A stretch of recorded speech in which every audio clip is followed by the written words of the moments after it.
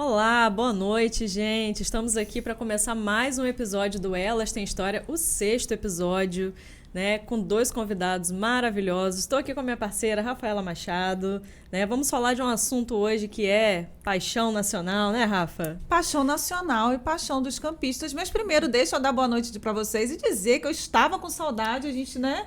Teve um tempinho aí, mas vou dizer para vocês, a gente já está com a agenda de gravação até o final do ano. E como este programa, a agenda está muito boa. Esse programa foi pensado, obviamente, porque a gente tem Copa do Mundo aí.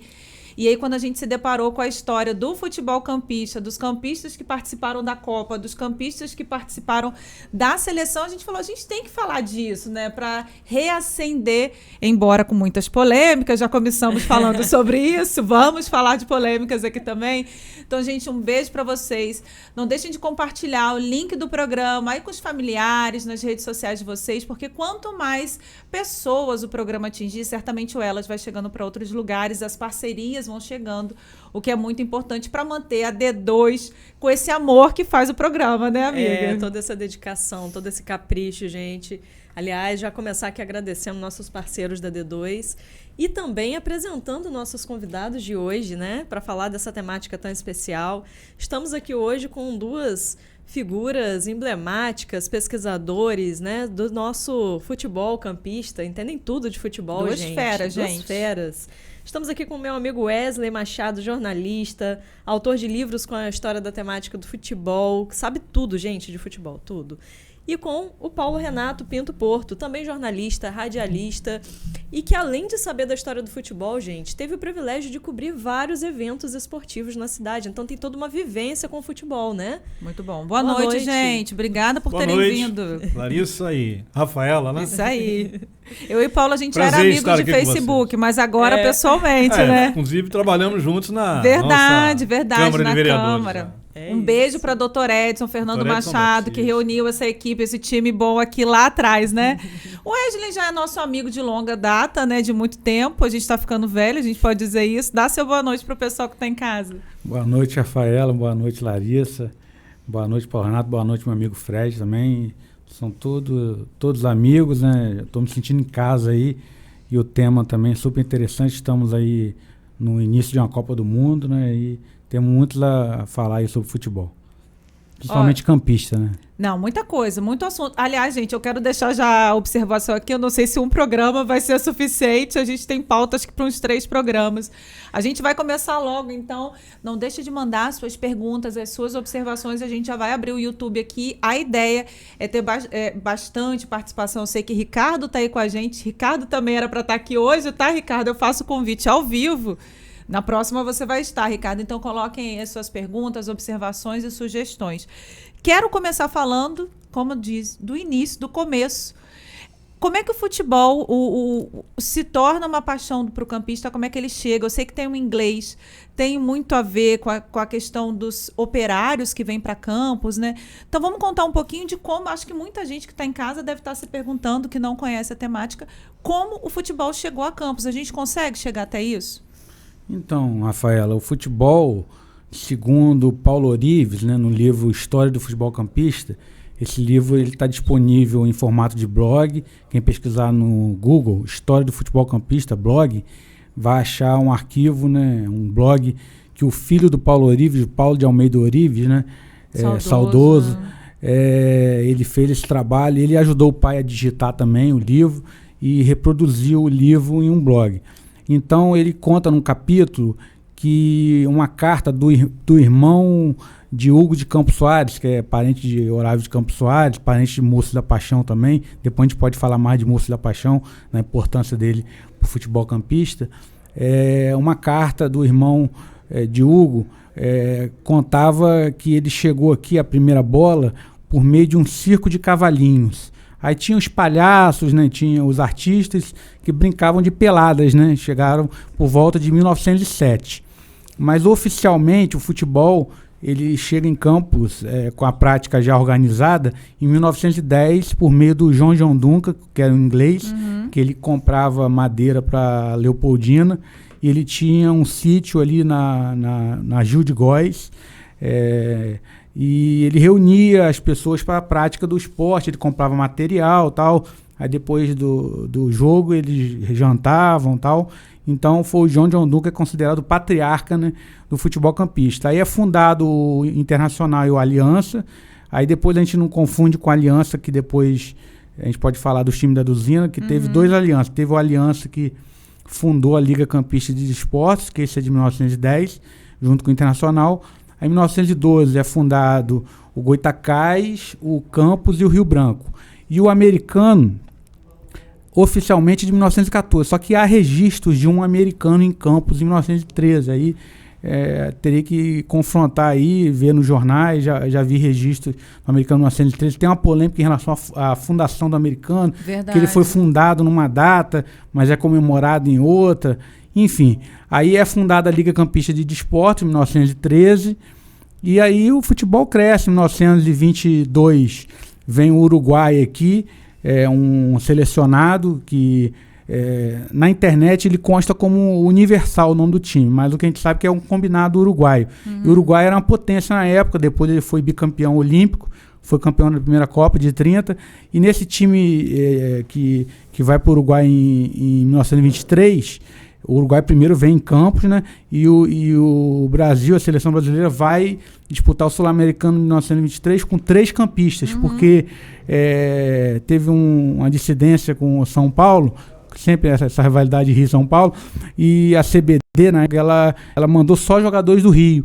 E foram 3 jogadores de Campos, 2 do Americano e um do Goitacás, que foi o Mário Seixas, do Americano, o Soda do Americano, e o Amaro Silveira, que é pai do Amarildo Possesso, depois a gente vai falar do Amarildo Possesso.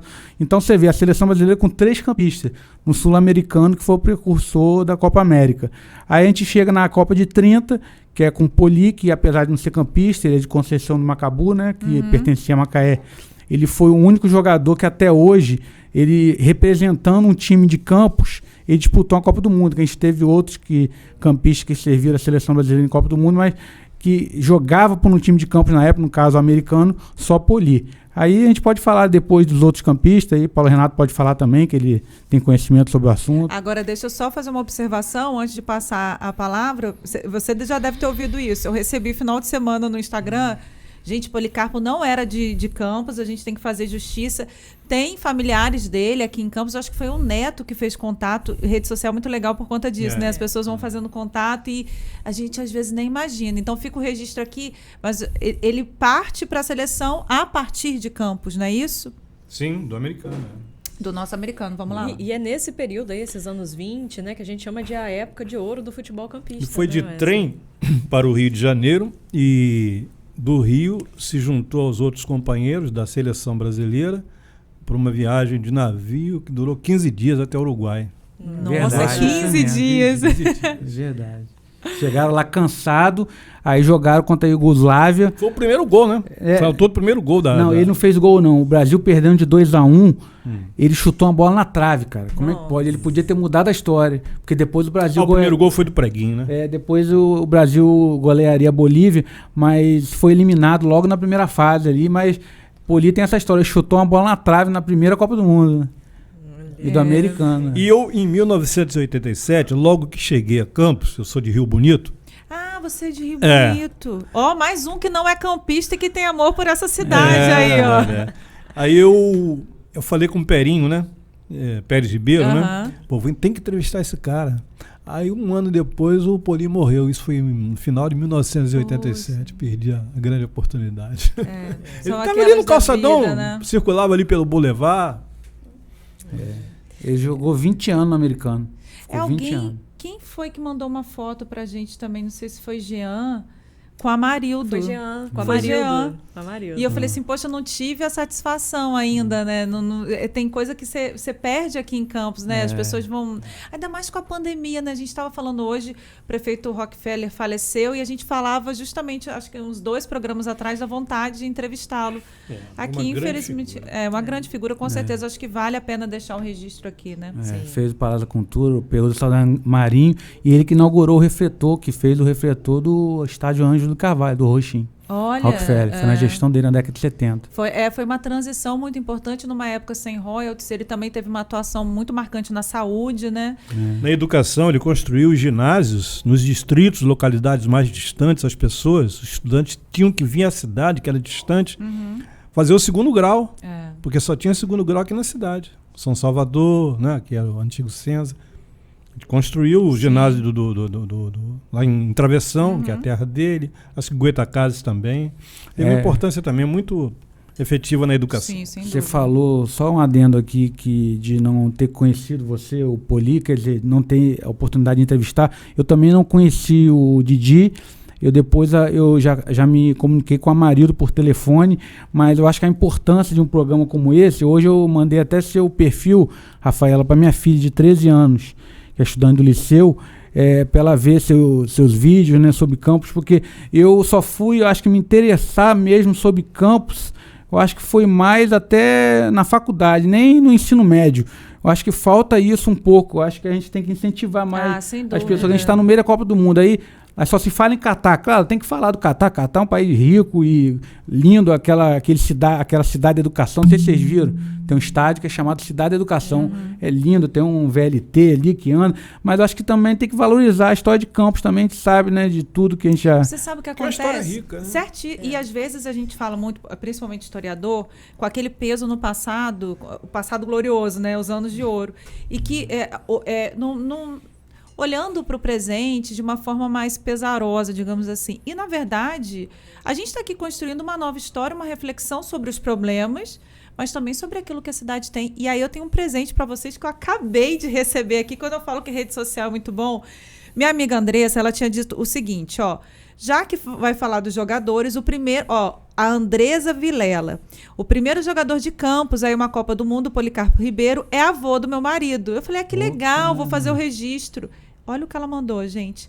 Uma carta de Policarpo. Olha aqui. Eu não sei se quem está em casa dá para ver. Andresa, muito obrigada. Se você me a tela do meu celular não vai dar para ver. Se você me permitir, vou compartilhar aqui com os pesquisadores, porque eu sei que para pesquisadores isso daqui é uma relíquia, né? É uma relíquia. Te agradeço muito. E se você puder e quiser, no arquivo a gente tem muito interesse de poder fazer a digitalização e arquivar isso, deixar isso disponível para os pesquisadores, né? É uma informação, não estou deixando a Larissa falar, mas você falou de Poli, tem um vídeo, Paulo Renato comentou sobre a viagem de trem até o Rio, a viagem de 15 dias de navio, do canal Esporte Press, que tem uma entrevista com o historiador de Conceição de Macabu, que ele conta essa história de Policarpo Ribeiro, dali que eu vi também, que ele chutou essa bola na trave. Eu acho que é interessante. Esporte Press, é só pesquisar, foi postado recentemente. Demais. Gente, e os nossos campistas convocados para a seleção brasileira? Rapidinho, antes de vocês responderem, só uma informação técnica aqui, gente. A gente está com problema de conexão, então o vídeo está travando um pouco, mas já, quando terminar... No último caso, quando acabar o programa, a gente sobe ele na íntegra. Então, assim, qualquer problema, a gente vai continuar gravando... E aí o vídeo sobe na íntegra depois. Mas enquanto der para ficar aqui ao vivo com vocês, eu estou conseguindo ver que tá meio lentinho, mas está indo... para que vocês possam participar mandando perguntas também, tá? É isso. Repete a pergunta, amiga, que eu já até me perdi também com essa informação técnica aqui. Sobre os nossos campistas, né, gente, que foram para a seleção, que representaram a cidade na seleção. A gente tem, inclusive, aí uma artezinha, Fred, aquela arte do campinho de futebol. Coloca pra gente enquanto os rapazes vão comentando. Você quer falar? Eu falo. Que disputaram Copas do Mundo? Que disputaram Copas e que foram convocados a galeria de grandes talentos que Campos possui no futebol é uma coisa extraordinária. Eu acho que poucas cidades do Brasil, excetuando-se as duas grandes capitais, Rio e São Paulo, né, que sempre tradicionalmente produziram mais jogadores para a seleção brasileira, eu acho que não tem paralelo. Recife, Salvador. Recife deu Ademir, deu grandes jogadores, Minas deu Tostão, Pelé também é de lá, Mauro, mas em termos de cidade de porte médio, dificilmente você encontra uma cidade com essa galeria seleta de grandes talentos que Campos produziu para o futebol brasileiro e mundial, né? É realmente muito impressionante. E dois desses grandes jogadores foram protagonistas nas duas grandes epopeias do futebol brasileiro, que foram as conquistas das Copas de 1958 e 62 na Suécia e no Chile. Né? O Didi, que foi o maior jogador daquele Mundial na Suécia, né? O primeiro Mundial que o Brasil conquistou, inclusive fora, né, do nosso continente. E não bastasse ter sido o maior jogador daquele Mundial, o Didi produziu um gesto que, na minha modesta opinião, valeu por milhares de palavras. Aquele gesto foi de um simbolismo muito marcante. Quando a Suécia marcou o primeiro gol, ele caminha, uma imagem que correu o mundo, né? Ele caminha lentamente em direção à rede adversária, pegou a bola, colocou-a debaixo do braço e tranquilamente foi até o meio de campo. Aí eu tive a oportunidade de ir à Ilha do Governador com o Pérez Ribeiro, que é o biógrafo do Didi, na residência dele. Aí perguntei, uma das perguntas que eu fiz, né? Matei aquela curiosidade. O que você falou, afinal, conseguiu saber? Para o grupo, né? Não, eu falei que... Aí ele falou, não, eu falei que acabou a sopa deles. Não vou meter goleada aqui. Acabou a brincadeirinha deles. Acabou a sopa, pronto. E, de fato, ele foi premonitório, porque o Brasil venceu de 5-1, né? 5-2. Essa é de 58. Essa é de 58, que confirma, que reforça, né, a capacidade de liderança, a personalidade, né, a tranquilidade do homem campista, jogo, né? E do próprio brasileiro, do próprio homem brasileiro. Porque 1958 foi um divisor de águas, não só no futebol brasileiro, como também na vida brasileira. Porque o Brasil era uma grande fazenda, né? Vocês são historiadores, né? E o Brasil, aquele período, atravessava um processo incipiente de industrialização. Era um país atrasado. Era um país atrasado. E o futebol era o grande veículo de divulgação do nosso país. Nós tínhamos grandes jogadores. Sim. Na primeira metade do século passado, nós tínhamos Zizinho, né? Domingos da Guia, que era o grande zagueiro do futebol mundial. Leônidas da Silva, que foi o grande jogador da Copa de 1938 na França. Mas, no entanto, o Brasil levava sovas, levava coças dos argentinos. Logo de quem? Dos argentinos, né? Tinha que ser. Aí que o Nelson Rodrigues entra com aquele... aí nós, né, com aquela megalomania do brasileiro, comum do brasileiro, naquela mania de grandeza, fomos construir o maior estádio do mundo. Um país com um processo incipiente de industrialização, um país emergente. Emergente nós somos hoje, né? Antes éramos um país atrasado. Aí fomos construir o maior estádio do mundo, né?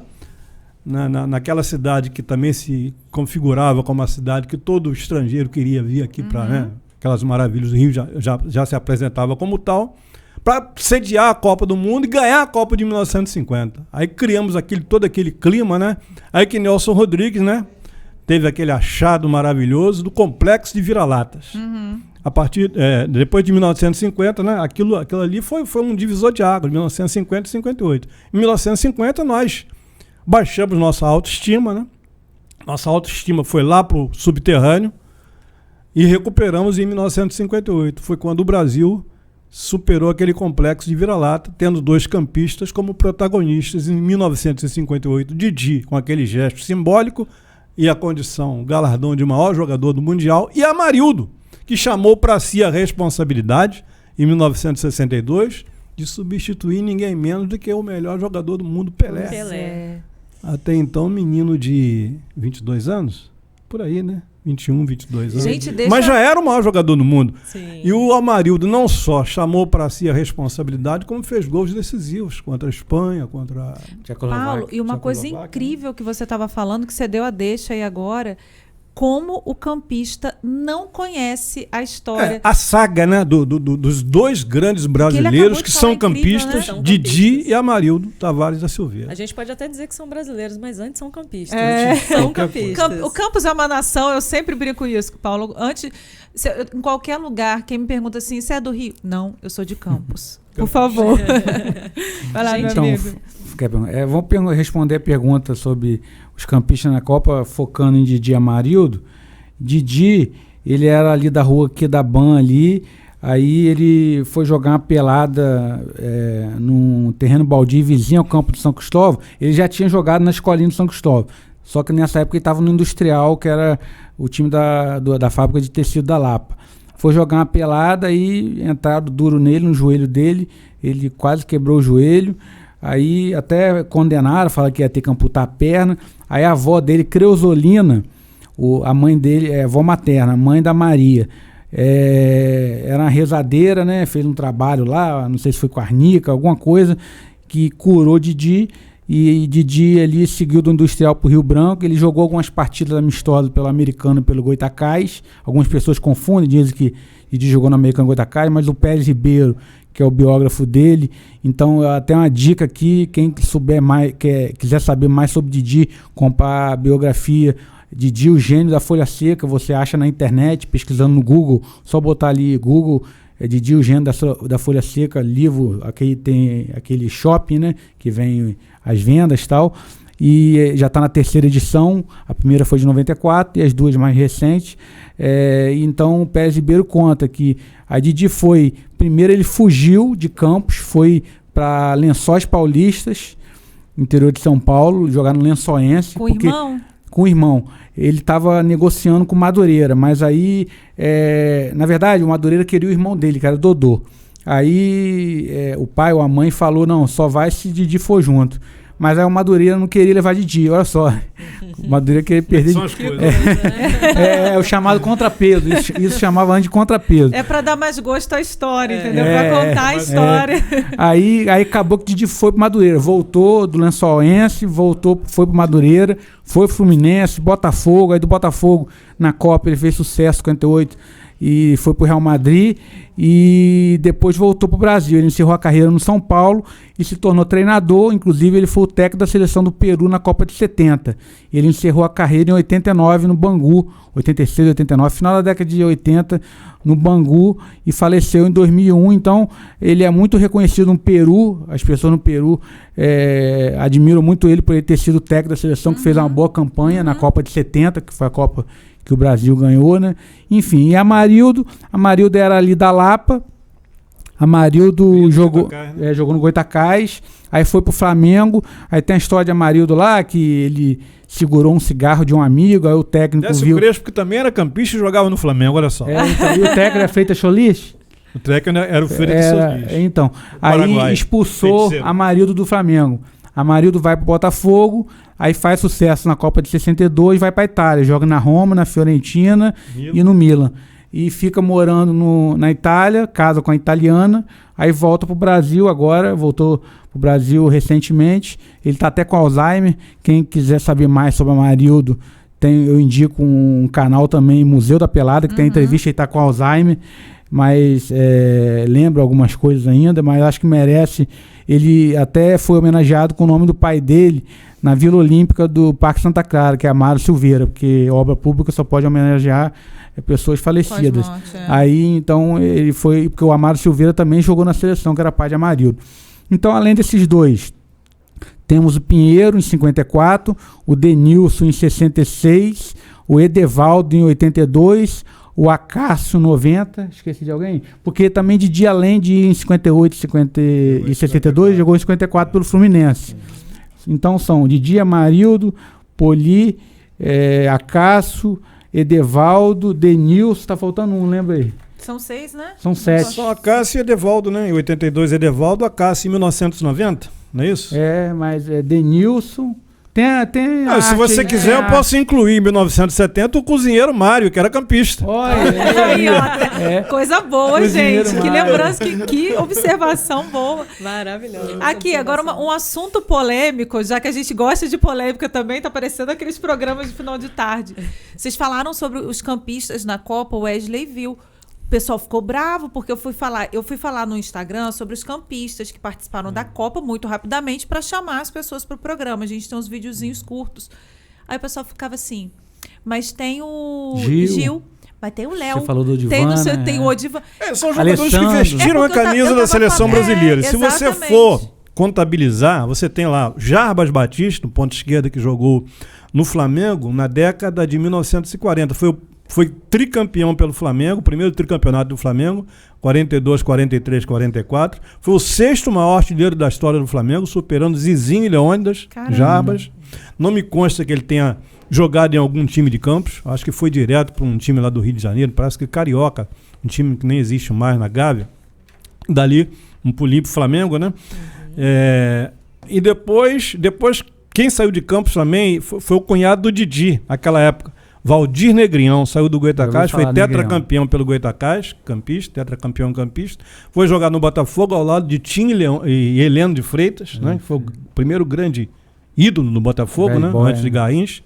Foi jogar depois na Colômbia, com o próprio Heleno. E as décadas de 1940 e 50 foram pródigas em saída de jogadores para Campos. De Campos para os grandes centros. Tanto que, né, em razão da saída desses jogadores, sem que os clubes tivessem uma contrapartida financeira, o que se fez em Campos? Criaram o primeiro e o único campeonato de futebol profissional no município do interior. Foi o Campeonato Campista. Aí sim, com registro na CBF, os clubes de Campos passaram desde então a usufruir, a se beneficiar de uma contrapartida quando da transferência de algum jogador para esses clubes dos chamados grandes centros.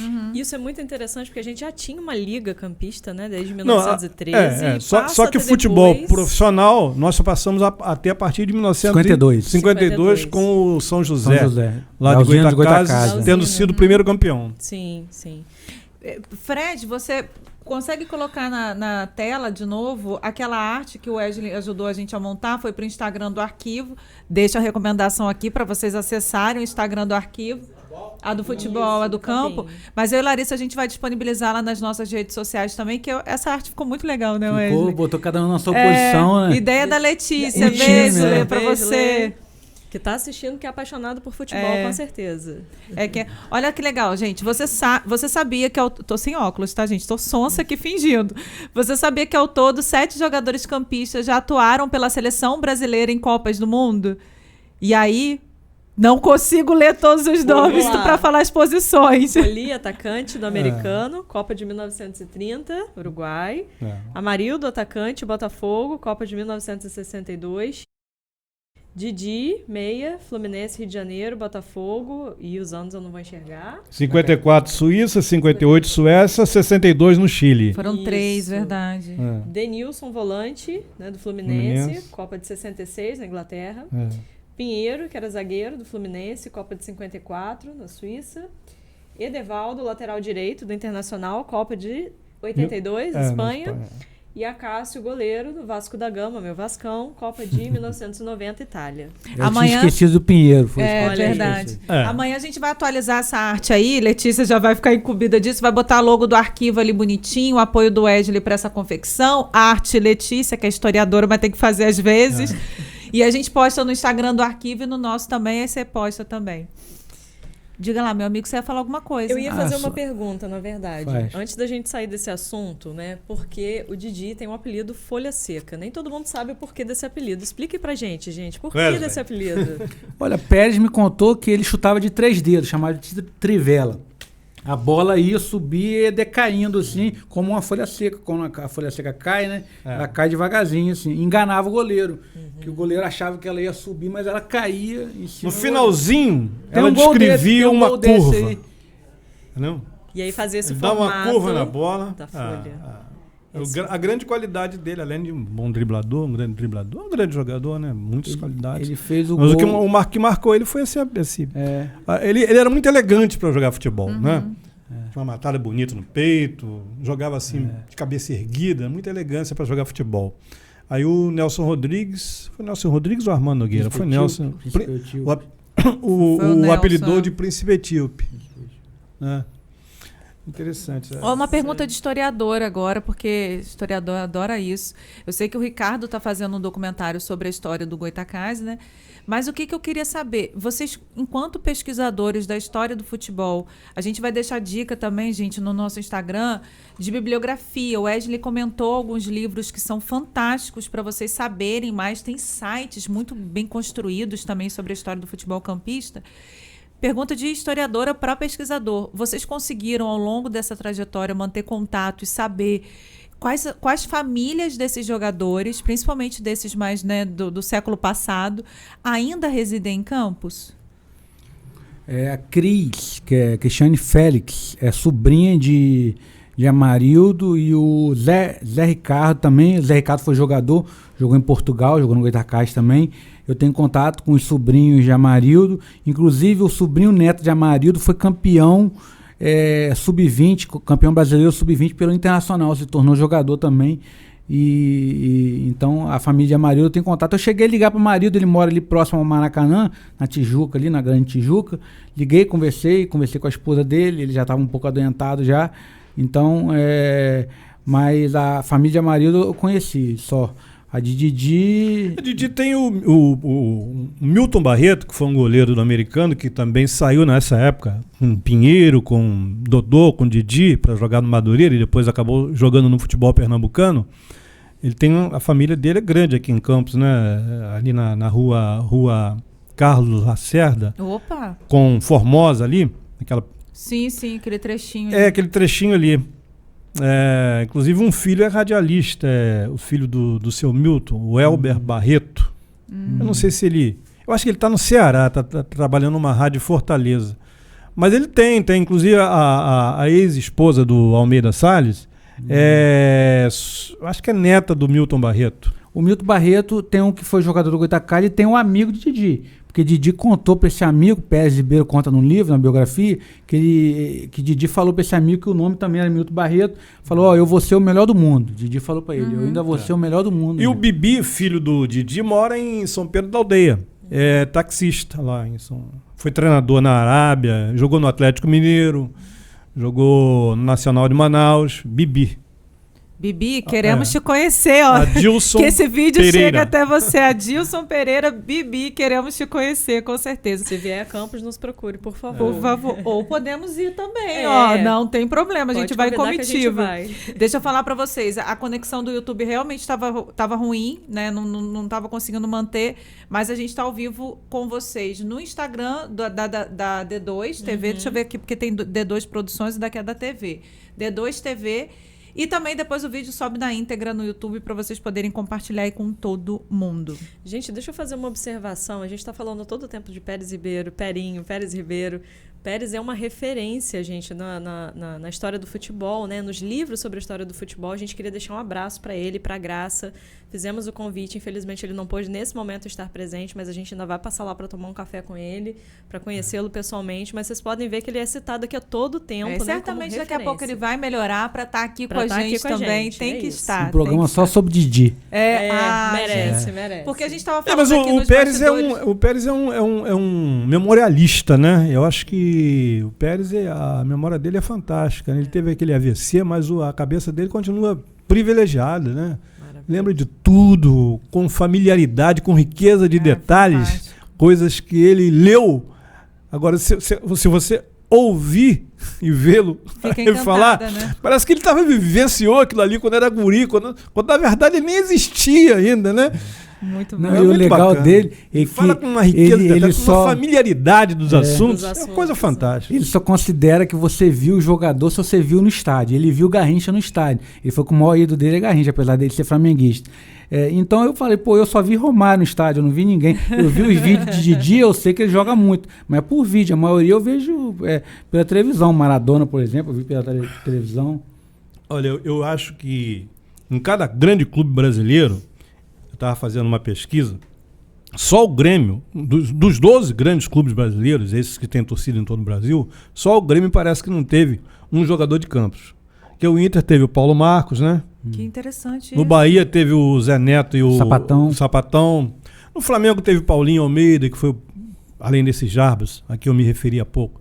Paulinho Almeida, que morreu há alguns anos atrás, morava em Atafona, foi tricampeão, em 54, 55 no Flamengo, 53, 54, 55, junto com esse Décio Crespo, do Cigarrinho, do Amarildo, que também morava em Atafona. Enfim. Edevaldo. No Vasco teve o Lelé. Evaldo no Cruzeiro. No Atlético Mineiro teve o Leonardo, que jogou no Americano, que foi irmão daquele Alexandre, que foi zagueiro do Goitacás. No América teve uma época que tinha 5 jogadores de campo. Renato, irmão do Amarildo, meio campo. Gilmar, Aldeci, zagueiro, que hoje é petroleiro aposentado da Petrobras, mora em Macaé.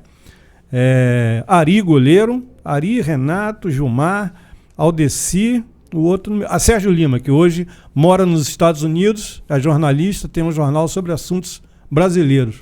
Brasil com Z, o nome do jornal parece. Deixa eu fazer para vocês uma pergunta aqui do Jaci Eduardo, que está no Instagram com a gente. Ele está perguntando o seguinte, aí a gente vai dar um salto, mas história recente, que é também um assunto que está aí, volta e meia, a gente vê o pessoal falando, ele está perguntando sobre o futuro do estádio do Americano. A gente estava falando mais cedo que foi para o outro lado e está construindo ali um complexo.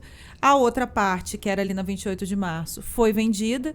E eu queria que vocês falassem um pouco sobre o que vai ser lá e qual o sentimento de vocês, enquanto pesquisador, quando esse enraizamento do time, porque a gente tinha uma ligação, eu sou goita, mas eu tinha, o Americano era ali.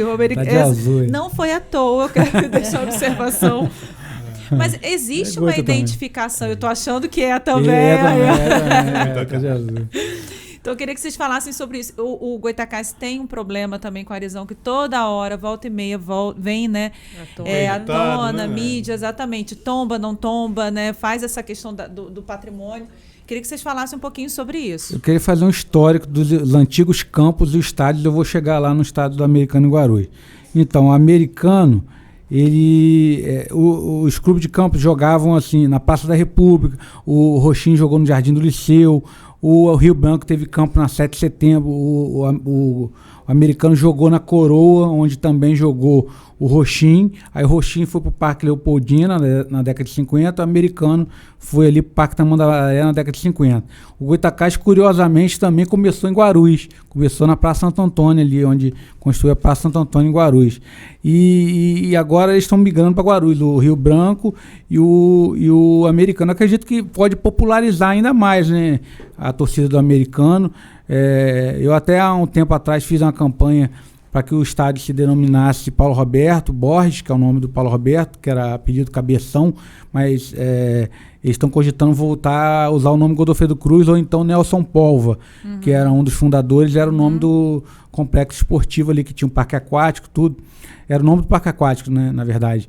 E poderia ser Paulo Roberto o nome de uma arquibancada, como é a arquibancada popular Tunico Pereira. Eu tenho boa lembrança do Godofredo Cruz, né? Eu frequentei. Um dos últimos jogos do Godofredo Cruz eu fui com minha filha, foi a primeira vez que minha filha foi ao estádio, ela estava em 2012, estava com 3 anos. Foi um amistoso que Túlio Maravilha veio aqui fazer com um combinado campista, inclusive o Divan jogou e tal. Aí em 2013 ele foi vendido e foi demolido.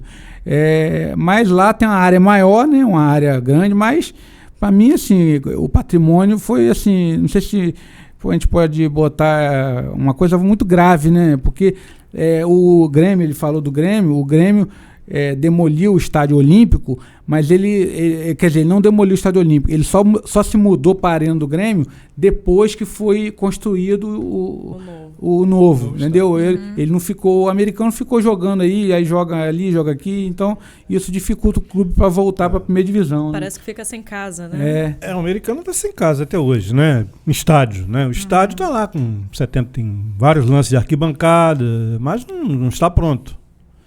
Agora, ele ganhou em contrapartida com essa permuta de área, né? Passando aqui do Parque Tamandaré para Guarulhos, ganhou um centro de treinamento moderno. É algo que poucos clubes no futebol brasileiro têm. O centro de treinamento do Americano é coisa de primeiro mundo. Tem refeitório, dormitório, sala de estar, uma coisa muita gente deveria visitar. Torço agora não tem um espaço para exposição, contando a história. Porque deixa eu fazer um registro aqui. A gente está com 2 pesquisadores fantásticos, mas tanto o Americano quanto o Goitacás tem torcedores, pesquisadores apaixonados, fanáticos, que sempre fazem contato. Às vezes eu escrevo alguma coisa e eles fazem contato com a gente. É muito bacana ver isso, porque eu sou aquela campista que torce. Essa rivalidade que existe entre o Goito e o Americano, no meu caso, ela vai até certo ponto, porque eu torço mesmo pelo futebol campista. Então, eu acho que isso é importante de mencionar. A torcida desses 2 clubes, principalmente, é marcante, né? São torcidas apaixonadas, né? Apaixonadas. Não que os Uma outros rivalidade times não sejam, centenária, né? Exato. É uma das maiores do Brasil, né? Do interior do Brasil, é uma das maiores, assim. Sim. E você falou de exposição, o museu, né? O Ricardo Antônio fez uma exposição no Centenário, no museu. A exposição Acho que do Campos já Centenário. deveria ter um memorial do esporte, né? Ia te perguntar isso agora. Não Acho que só por já- conta do futebol, Porque mas museu pelo é uma coisa remo. muito complicada, né? Você tem que ter material, tem que categorizar como museu não é uma coisa simples, né? Simples. Agora o memorial, sim, eu acho que deveria. Poderia ser um museu online. Eu fiz o E-Museu do Roxinho, tem. Eu tenho o Instagram, E-Museu do Que é Roxinho. uma ideia muito legal. É. Eu sou da velha guarda, meu amigo, Não, então eu sei, gosto Eu sei. do físico. Tô novinha da velha guarda. Ah, mas isso eu sou de tudo. Mas eu acho isso é muito importante, gente, porque a gente está falando sobre futebol, o programa hoje é sobre futebol, mas cidade para ter tradição no esporte como Campos. O remo daqui é algo, acho que vale um programa à parte, mas também vôlei. Teve um Ciclismo, né? campeão olímpico, né? Ciclismo. Um campeão olímpico, Laildo, né? Laildo Machado, isso. um campeão olímpico, né? Nós tivemos no... Ó, nós estamos no vôlei, Eu ia falar sobre uma o menina, Jaline, é Jaline o nome dela, Jaline Prado. Ela hoje está na França. Já está com quase 40 anos, mas está jogando aí na segunda divisão da França. Jogou na Itália, saiu daqui do Automóvel Clube, não, da ABB, antiga ABB, né? Sim. Quando tinha um time de vôlei ali, né? Foi jogar em São Paulo. E de São Paulo foi para Itália, da Itália foi para França, voltou para Itália, jogou na Holanda. É uma jogadora excepcional. Jogou na seleção brasileira. Quando eu cheguei a Campos, foi em 2006, eu peguei a época ainda da ABB com... Você não é campista? Sou de Niterói, campista por adoção, e agora com título de cidadão que eu recebo dia 1º, quero deixar registrado, hein, minha gente? Quero festa. Eu sou campista por adoção. E quando eu cheguei, o vôlei era muito forte aqui. Eu lembro disso, que as pessoas iam para assistir as partidas, tudo. Chegou a ser campeão, carioca. Campeão, eu não gosto de carioca, né? Não gosto de carioca. Não gosto dessa expressão, campeonato carioca. Porque não é campeonato carioca, é campeonato estadual. Né? Sim, verdade. Aí você pergunta, Nunca tinha passado por essa o vida. Goitacás vai jogar o campeonato carioca. Não, o Goitacás, o americano, não joga o campeonato carioca. O campeonato é estadual. Ou então o campeonato fluminense. Agora eu só Porque o vou falar campeonato assim. carioca abrange os clubes da cidade de São Sebastião do Rio de Janeiro. Né? Nós aqui nós somos Campos dos Goitacazes. Muito bom. Não Como tinha Macaé, pensado por isso. Macaé, como Cabo Frio, Cabo Frio. Né? Agora Estado aqui- do Rio de Janeiro. Vamos um outro tema, deixa eu até dar uma olhada no horário aqui, que é, eu sei que o Wesley é apaixonado por isso, a gente pincelou rapidamente no início do programa, mas que certas localidades ainda guardam, né, uma relação muito forte, ainda existem muitos times nesse sentido, que são os times de usina. Né? E aí queria que você retomasse um pouco dessa história. Qual foi o mais antigo que você conseguiu identificar? E o mais antigo em atuação, você tem isso, esse mapeamento? O mais antigo é o industrial da fábrica de tecido da Lapa, que o campo era ali onde foi construída a Praça da Lapa. Inclusive o Goitacás também, ali era um dos primeiros campos do Goitacás. Depois o industrial foi para ali, aí o Goitacás depois foi mais para frente na Rua do Gás mesmo ali. E depois veio o time da usina do Queimado, né? Que o campo era onde foi construído o SESE, que é a sede da Prefeitura de Campos. Fantástico. Que aquela região toda ali pertencia à usina do Queimado ali. E ele foi tricampeão na era amadora, 37, 38, 39. E ele disputou o torneio dos campeões de 37 com América Mineiro, Fluminense do Rio de Janeiro, Portuguesa de São Paulo e Rio Branco do Espírito Santo, o Aliança do Queimado. E depois a gente teve na década de 70 já o Sapucaí, que foi campeão fluminense em 74, e teve o time da usina Cambaíba, que foi 2 vezes campeão da Taça Cidade de Campos. Lá faltou o São José, né, que a gente citou da usina de Goitacazes, que foi o primeiro campeão campista profissional, né, o primeiro campeonato profissional, em 52. Aí teve o time da usina de Tox, né, Paraíso. E teve outro, São João, né, Fred? Inclusive, Didi teria jogado no São João, a camisa é igual do Brasil, né? Didi teria jogado no São Cristóvão também, né? São Cristóvão ali também. E no Municipal rua... também. Ah, falta São Cristóvão, que agora na Rua das Palmeiras, João Maria. Agora na Rua João das Maria. Palmeiras ali? Mas o Municipal, você fala São Cristóvão do Morrinho. Do Morrinho ali, eles chamam de Morrinho. Perto da Teleste ali? Mas você falou agora também de time de usina, eu lembrei do Municipal, que foi fundado no Mercado Municipal. Municipal foi fundado no mercado municipal. Sério? Foi. Alô, pessoal do mercado municipal, essa eu não sabia. E agora eles estão no João Maria ali, tem um campo na João Maria ali. Municipal do Capão, Municipal e Ipiranga, né? São duas equipes João tradicionais Maria, do Capão ali, né? É isso. Mas que tinha sido fundada no mercado. Fundado no mercado municipal. Que incrível, por trabalhadores gente. do mercado municipal, por isso que o nome é municipal. Incrível, esse eu não conhecia. Aí tem os times das escolas, né? Do Bittencourt, do Liceu, o time dos comerciários, dos bancários, dos industriários. Enfim, tinha vários times. Tinha o futebol feminino. Meu amigo Tid falou que está na audiência lá no interior do Paraná. Pediu para eu citar, né? Que teve um time em Campos em 1931, do americano, futebol feminino, que ficou proibido. A gente conversando com a Larissa aqui, eu pesquisei de 41 até 81. Ficou 40 anos proibido no Brasil. O Aliança, a que você se referiu há pouco, é o Aliança do Queimado. Queimado. O campo do Aliança é ali onde fica o SESEC, a sede da prefeitura. Era ali. Muito bom. E tem a Aliança de Mineiros também, que é uma equipe tradicional da Baixada Campista. Não, e é impressionante que competia, né, nesses campeonatos maiores, tanto no Rio quanto em Campos. Nível nacional, O futebol de Campos tem várias etapas, vários ciclos, né? O ciclo do futebol campista, o campeonato campista de amadores, né? Depois o campeonato campista de profissional, a partir de 1952 até 1975, quando havia as disputas municipais, a cidade de Campos, e reunia os melhores e tal, e disputavam também o campeonato fluminense, do antigo estado do Rio, antes da fusão. E o que era o campeonato fluminense? Era um campeonato que selecionava os 2 melhores para disputar Taça Brasil. Aí disputava com time de Goiânia, time de Vitória, do Espírito Santo, time de Minas Gerais, Taça Brasil. Times da Guanabara, sim, Botafogo, Vasco, Fluminense, né? Eram 2 estados, né? O estado do Rio Antigo e o estado da Guanabara. A gente tem muito Goitacás e o americano ganhando o Fluminense, né? Mas a época não havia salário assim como se tem hoje, né? Hoje para você montar uma equipe de futebol, mesmo equipes do porte de Americano e Goitacás, você tem que ter muita grana. Tem que ter dinheiro mesmo, tirar dinheiro do bolso, arranjar patrocinadores.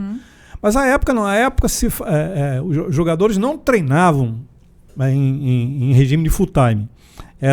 Eles treinavam à noite, às vezes à tarde, porque eles tinham trabalho. Geralmente, os usineiros, para os melhores jogadores que eles tinham interesse em manter, eles arranjavam sempre um emprego no banco. No banco, porque eles eram grandes correntistas, né? Precisamos colocar fulano aí e tal, fulano tem o 2º grau, me apresenta ele. Aí foi assim que muitos jogadores, né? Tiveram paralelamente a atividade esportiva, que ganhava lá o salário, um contrato com o clube, outras atividades correlatas, representante comercial, por exemplo, faculdade, tem gente que fez direito jogando no americano, o próprio Edson Carvalho Rangel, foi presidente do americano, não? Muita gente, teve um que também exerceu a medicina, graças a essa parceria, né? Vamos dizer assim, futebol e a vida particular. Havia um certo investimento desses usineiros nos times, né? A gente falava aqui mais cedo sobre o Campo do Paraíso, né? Que tinha uma mega estrutura, né? Sim. Havia paixão, né? O futebol era uma coisa muito... A rivalidade, né? De Goitacás, Americano, Rio Branco, Campos, times das usinas. O pessoal da usina Cambaíba era mais ligado ao pessoal do Goitacás, né? Já o pessoal da Sapucaia mais ligado ao Americano, né? Tinha uma parceria, né, para ceder jogadores, né, na época, né? Essas associações. E antes, no início, nos primórdios do futebol, né, quando as usinas não tinham assim essa pujança toda, tanto no Rio como em Campos e São Paulo, a nossa industrialização era muito incipiente, então havia fábricas de tecidos, né, que bancavam esses clubes, como no Bangu, né? Aqui também nós tínhamos o industrial, né? Que era da fábrica de tecidos ali na Lapa, né? Por falar na fábrica de tecido, a novela Além de Ilusão, que a Rafaela tão bem retratou aí nos seus vídeos, ela mostrou um jogo entre a tecelagem e a usina, cara, que eu achei muito interessante. E também usava como cenário, não Campos, mas como se fosse situado aqui na fábrica de tecido na Lapa. Até soube por você daquela torre, até tirei foto naquela torre. Não fez justiça à cidade, eu acho que tem que deixar isso registrado, a novela não fez, faltou muito. Tá ganhando prêmio, tá concorrendo a prêmio. Existe uma licença poética, que obviamente, né, a gente tem lugar, mas existe uma pesquisa histórica também, deixou tanto a desejar já, inclusive no linguajar campista, a gente já falou sobre isso. Você tem uma novela retratada em Campos, na década de 30, 40, e você não traz o linguajar campista, você não traz o Não tem o Cabrum com o Lamparão, né? Gente, não tem Campos, né? Teve rádio campista, teve jornal, né? Poxa, teve tudo. né? Agora, aí temos a terceira etapa, né, o terceiro ciclo do futebol campista, que foi quando da fusão entre a Guanabara e o estado do Rio de Janeiro. Aí os clubes de campos tinham ali o americano, né? Tinha o Eduardo Augusto Viana da Silva, que era presidente da Federação Antiga, Federação de Futebol, Federação Fluminense de Desportos, que era sediada em Niterói, ali na Avenida Amaral Peixoto, que congregava os clubes do antigo estado do Rio de Janeiro. Niterói tinha uma manufatura, que era ali no estádio Assad Abdala, no Barreto. Tinha o Ipiranga, Niterói. O Canto do Rio não disputava o campeonato. O Canto do Rio era meio metida besta. Disputava o campeonato carioca. Fui a umas festinhas lá. Confesso. Niterói sempre disputando. Mas isso desde a década de 40, no Canto do Rio disputa o campeonato carioca, né? Aí Petrópolis era o Petropolitano, Serrano, Volta Redonda, aquela região sul-fluminense era o Barbará, o Barra Mansa, Piraí, né, que tinha o Central. Piraí tinha o Central e o Royal. E aí os clubes de campos, a partir da fusão, em 1975, passaram a disputar o campeonato carioca, né? Americano. Volta Redonda criou um time, o próprio Volta Redonda, que foi criado com essa finalidade. Aí sim, passaram a disputar o campeonato nacional, o campeonato brasileiro e o campeonato carioca. Aí foi uma festa, né? Quando o americano recebeu o Santos aqui com o Clodoaldo, tricampeão do mundo, né? Foi uma festa. O estádio Godofredo não estava em Campos nessa época, mas o estádio Godofredo Cruz colocou gente ali aos borbotões ali, foi mais de 20 mil pessoas. Então, vamos para esse... O Paulo Roberto fez um gol, né? Fez o gol da vitória do americano. O americano ganhou o Santos 2-1. Uma festa na cidade. Uma festa na cidade. Com direito a carro. Não, fala. Desfile. Muito bom. Gente, a gente vai ver agora. O Guitacazzi entrou depois. 2 gols para vocês comentarem, porque aí eu quero já vai assistindo e pensando no seguinte... a gente pode dizer que Campos, a cidade, foi o principal celeiro de bons jogadores, de bons times no estado do Rio de Janeiro, tirando, obviamente, os grandes times do Rio, né, da cidade do Rio de Janeiro. Se a gente pode dizer que Campos era a principal cidade do futebol fluminense, né, do interior. É uma das principais do Brasil, em termos de celeiro de jogadores, eu acho. E você acha... Em 62, tinha, a única cidade que tinha 2 campistas... que tinha 2 jogadores da mesma cidade, era Campos. 62. Então vamos ver 2 desses gols. A gente vai ver agora gol do Didi e gol do Amarildo. E eu queria que vocês de casa pudessem compartilhar e ver esse momento com a gente. No Instagram eles conseguem ver também, Fred? Conseguem? Você no Instagram vai ver também. Deixa eu abrir aqui também com eles. Conseguiu brigar ali o Garrincha. Bota no chão, chute de longe lá dentro! Gol!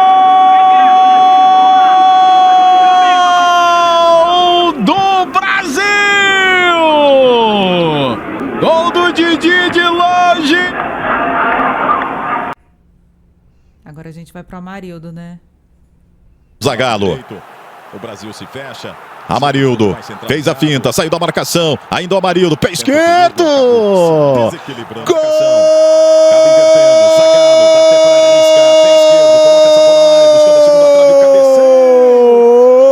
Do Brasil! Amarildo! Djalma. Incrível, né? Será que essa semana teremos gols tão bonitos assim, gente? Já que estamos aqui com 2 especialistas, eu ia fazer uma pergunta aqui, mas eu vou deixar essa para fazer daqui a pouco. O que vocês acham da seleção brasileira nesse Mundial? Vamos lá, o que vocês estão achando? A seleção é uma das favoritas, né? Não significa dizer que vai ganhar ou algo parecido. Mas eu acho que o Brasil tem chances, né?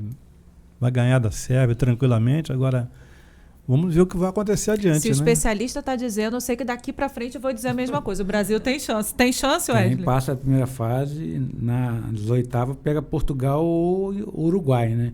Portugal com Cristiano Ronaldo, Uruguai com Cavani, Soares, Arrascaeta. Vai ter um caminho difícil, mas a favorita, que era a França, para mim, perdeu 3 jogadores. Perdeu Kanté, perdeu Pogba e Benzema, só tem Mbappé. Isso é bom pra gente. O Brasil é favorito nas casas de aposta. Nós vimos esses 2 gols maravilhosos. O que eu queria saber de vocês agora? Eu sei que é um assunto que às vezes dói, mas é o ponto que a gente tem que tocar na história. Qual é o momento-chave, a virada que vocês acham? A história tem muito disso, né? Óbvio que é tudo um processo, fruto de um contexto, que Campos deixa de ter esse protagonismo que vocês acabaram de falar e que a gente falou o programa inteiro, e passa a ter tantos problemas para manter os times da cidade ou para trazer novos jogadores. A gente tem revelar novos jogadores, grandes nomes, embora tenhamos outros, né, que nem deu tempo de falar aqui agora. Quando é que vocês acham que foi essa virada? O que aconteceu? Eu estive aqui, eu comecei a trabalhar em Campos em 1987, justamente quando o Goytacás estava saindo de um vice-campeonato na Taça de Prata, com o Abel, né, de zagueiro. Foi vice-campeão, no estádio Ari de Oliveira e Souza cheio sempre, jogando contra Figueirense, contra Tunaluz do Pará, Foi aí que você se apaixonou?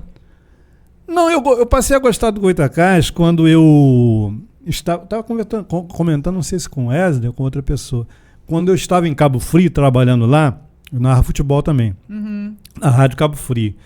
Aí de repente, Goytacás e Cabo Friense, de repente chega aquele mar de torcedores, né, com camisas azuis, e quando eu chego no estádio, o estádio tinha 6.000 pessoas, 5.500 era a torcida do Goytacás. Né? Sempre. Eu passei a gostar do Goytacás, que torcida maravilhosa. Aí, mas eu peguei essa época, né, de americano menos, mas Goytacás bem mais. Muito bem, né? Não, já caindo, em decadência. Ah, sim. Goytacás de 1986 para cá, começou a cair, segunda divisão. Aí entrou lá um cidadão muito bom gestor, né? Amaro Jimenez, né? Foi vice-prefeito de Campos e era praticamente mandava na usina Paraíso. Ainda a influência das usinas ainda se fazia, né? Tinha umas 8 ou 9 usinas ainda em Campos, produzindo razoavelmente bem. Aí o Amaro pegou o Goytacás, conseguiu fazer um bom time, mas não subiu, não conseguiu subir, né? O Goytacás subiria 3 ou 4 anos depois, mas sempre aquele negócio sobe e desce. Subia, descia e tal. E aí o futebol passou a exigir mais recursos, porque o futebol, como indústria do entretenimento, ele passou a ter visibilidade no mundo todo a partir de um determinado período, década de 90. Então, a partir daí, houve um distanciamento maior entre os chamados grandes clubes e os pequenos. Entendi. Os times grandes passaram a investir muito mais, contratando jogadores até de fora do país. E os times do interior com receitas praticamente dependendo de patronos ou mecenas, né? Mecenato ou os patronos. É uma situação de muita complexidade para você explicar com... Sim, sim. Porque eu me lembro que houve uma época que havia... O Goytacás tem essa vantagem. O Goytacás tem uma renovação. Não ganha nada, mas a torcida se renova. Você vê aqueles guris ali, de 5 anos, 10 anos, nunca viu o Goytacás ganhar nada. Mas está lá. É que a herança é paterna, né? Sim. Ou materna, né? Mas aí você tem uma série de coisas, né? O domínio da televisão. Não, a televisão não é apenas, como diria o Sérgio, o Stanislau Pote Preto, uma máquina de fazer doido, né? Uma máquina de destruir também quem já é pequeno. Quem já é pequeno passa a ser menor. E quem já é grande passa a ser gigante no futebol, né? Então, acho que é uma coisa que é um dos componentes que pode explicar essa relação, essa distância entre os pequenos e os grandes clubes. Agora, houve também uma série de problemas no Goytacás e no Americano, problema de gestão. No Goytacás, então, gestões trágicas, desastrosas. Vendeu-se a Vila do Curumim, ninguém sabe para onde foi, ninguém sabe dinheiro, até hoje, né? Isso foi parar na polícia. Houve também uma série de problemas administrativos, jogadores que foram registrados indevidamente, jogaram, o Goytacás perdeu ponto. O Goytacás é uma sucessão de tragédias administrativas. No americano, o americano ainda tinha, durante muito tempo, teve ali o suporte administrativo e político do Eduardo Viana na federação. Né? Tanto é que o Eduardo se foi e o americano, desde então, continua aí entre segunda e primeira divisão. Sobe, desce, mas justiça se faz. As administrações, as gestões do americano são muito menos amadora do que no Goytacás, ou mais profissional. Mais profissional. Eu falei para vocês que a gente tinha uma pauta para 3 programas, né? E que iria render. Eu acho que depois, quando terminar a Copa, a gente tem que voltar, entendeu? Para fazer a análise, porque eu não entendo nada de futebol, tá? Eu quero deixar isso registrado. Mas me empenhei na pesquisa muito.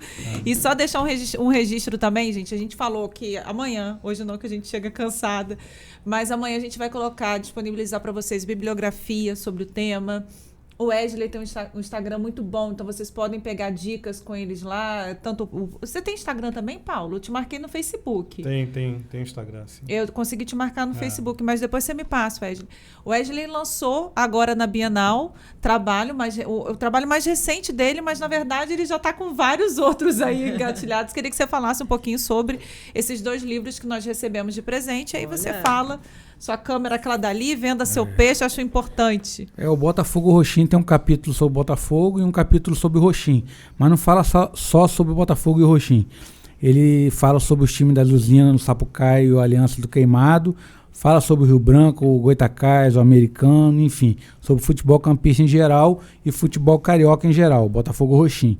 E o A Bola, a Arte e a Vida tem entrevista com o Josélio Rocha, tem texto também sobre relações aí, extrapola o futebol campista, que é de artistas com futebol, como o Elton John, que tinha um time na Inglaterra e um time nos Estados Unidos, o Moraes Moreira, que tinha um time Novos Baianos, que inclusive tem até um LP, que era Novos Baianos FC, né, Futebol Clube. Eles tinham um time que eles jogavam lá no sítio da vovó, lá, enfim. E também sobre o Bolanhos, né, que fazia o Chaves, tem um filme El Chanfre, que ele até inspirou os Trapalhões e o Rei do Futebol, que é com a participação do Pelé.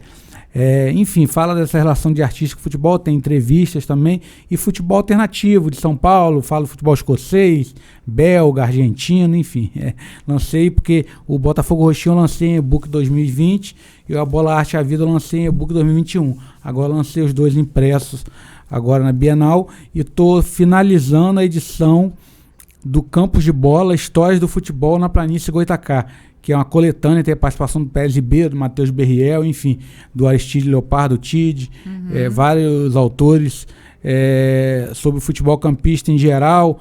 O Perinho escreveu sobre o Rio Branco, o Matheus escreveu sobre o Goytacás. Que legal. Eu tenho um texto sobre o futebol campista em geral, e tem um texto sobre o Sapucaí, que eu vou agora repetir agora, e o da Aliança do Queimado, que eu editei, incluí mais algumas informações, e tem um texto do Gildo Henrique sobre o Paraíso de Toques. Enfim, uma coletânea só sobre o futebol campista, que vai sair aí até o final do ano. Esse ano ainda? Campos de Bola. Ô, disposição. Impresso. Eu tô falando que ele vai ter que voltar aqui. Fase, né? A gente vai fazer esse programa só sobre o Didi, também para fazer comentários sobre a Copa. Acho que é isso, gente. Olha, deixa eu dar um recado para vocês. Agradecer quem ficou com a gente no Instagram, porque a conexão caiu no YouTube, mas depois o programa vai ficar lá na íntegra. Acho que vocês têm que voltar, porque a gente não conseguiu responder muita pergunta do pessoal que está com a gente em casa, mas agradecer muito a presença. Eu tive fazendo umas anotações, antes que o programa finalize. Sim, Campos não é apenas boa de bola, é boa. Campos é uma cidade muito privilegiada em outros ramos de atividade. Você quer ver? Eu anotei algumas coisinhas aqui, muito rápido. Na filosofia, nós tivemos Álvaro Vieira Pinto, José Américo Peçanha. Olha que o Brasil não é um país pródigo em filósofos, né? Mas verdade. Temos, Campos tem.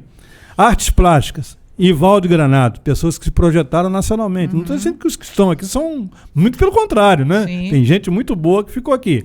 Literatura, Zé Cândido. Política, nós tivemos Zé do Patrocínio, foi vereador no Rio de Janeiro, foi abolicionista, foi republicano. Nilo Peçanha, 4 governadores, né? Na engenharia nós tivemos Saturnino de Brito, foi o pioneiro da engenharia sanitária e ambiental no Brasil. Na música, Wilson Batista, Roberto Ribeiro. Se for contar aqui, vamos ficar um tempão aqui. No cinema nós tivemos Zezé Mota, Gerson Valadão. Na TV nós temos Tunico Pereira, tivemos Erval Rossano, né?